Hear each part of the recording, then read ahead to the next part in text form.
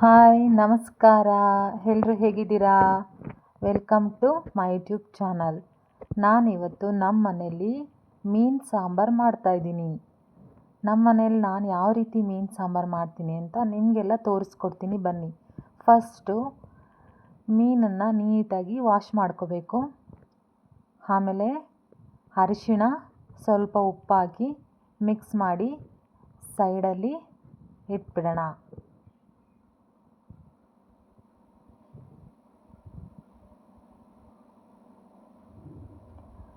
Mix ಮಾಡಬೇಕಾದ್ರೆ ಹುಷಾರಾಗಿ mix ಮಾಡಿ, ಮುಳ್ಳು ಚುಚ್ಚಿಬಿಡುತ್ತೆ.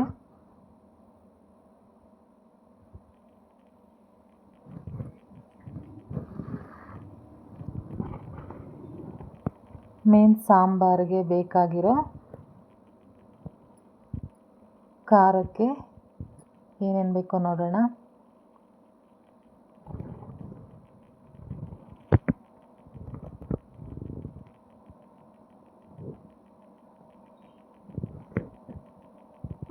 ನಾನು ತುಂಬ ಸಿಂಪಲ್ಲಾಗಿ ಮಾಡ್ತೀನಿ ಮೀನು ಸಾಂಬಾರು, ಸಖತ್ ಟೇಸ್ಟಿಯಾಗಿರುತ್ತೆ. ಮೊದಲಿಗೆ ಒಂದು ಮಿಕ್ಸಿ ಜಾರ್ ತೊಗೊಂಡು 1/4 ಕಪ್ ತೆಂಗಿನಕಾಯಿ, 1/4 ಕಪ್ ಕಡಲೆ, ಈರುಳ್ಳಿ, ಟೊಮೆಟೊ, ಸಾಂಬಾರು ಪುಡಿ, ಸ್ವಲ್ಪ ಬೆಳ್ಳುಳ್ಳಿ, ಸ್ವಲ್ಪ ನೀರು ಹಾಕ್ಬಿಟ್ಟು ಗ್ರೈಂಡ್ ಮಾಡ್ಕೊಳ್ಳೋಣ.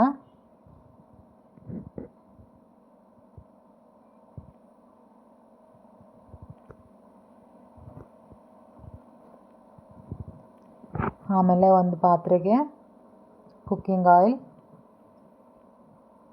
ನಾನು ಸಾಸಿವೆ ಕರಿಬೇವು ಹಾಕ್ತೀನಿ. ಸಾಸಿವೆ,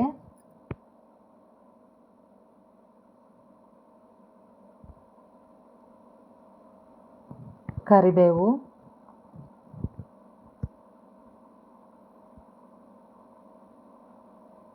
ಇದು ನಮ್ಮಮ್ಮ ಮಾಡ್ತಾರೆ ಈ ಥರ. ನಮ್ಮಮ್ಮ ಚೆನ್ನಾಗಿ ಮಾಡ್ತಾರೆ ಮೀನು ಸಾಂಬಾರು. ನಮ್ಮಮ್ಮನ ಸ್ಟೈಲಲ್ಲಿ ಮಾಡ್ತಾಯಿದ್ದೀನಿ ಮೀನು ಸಾಂಬಾರು. ರುಬ್ಬಿರೋ ಖಾರನ ಹಾಕ್ಕೊಂಡು ಒಂದು 5 ಮಿನಿಟ್ ಬೇಯಿಸ್ಕೊಬೇಕು. ಆಮೇಲೆ ಹುಣಸೆ ರಸ ಹಾಕೋಬೇಕು.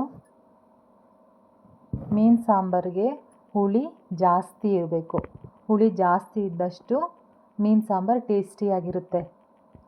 ಸ್ವಲ್ಪ ಉಪ್ಪು ಹಾಕಿ ನಿಮಗೆ ಎಷ್ಟು ಬೇಕೋ ಅಷ್ಟು ನೀರು ಹಾಕ್ಕೊಳ್ಳಿ. ನಾನು ಮೀನು ಸಾಂಬಾರನ್ನ ಸ್ವಲ್ಪ ತೆಳುಗೆ ಮಾಡ್ತೀನಿ.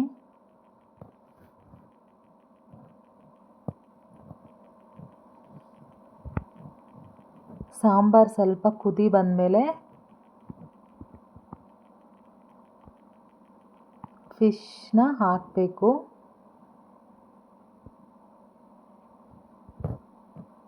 ಫಿಶ್ನ ಹಾಕಿ ಒಂದು 5ರಿಂದ 10 ನಿಮಿಷ ಅಷ್ಟೇ ಕುದಿಸ್ಕೊಬೇಕು.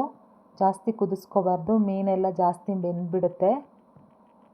ಆಮೇಲೆ ಸ್ವಲ್ಪ ಕೊತ್ತಂಬರಿ ಸೊಪ್ಪು ಹಾಕಿ ಟೇಸ್ಟಿ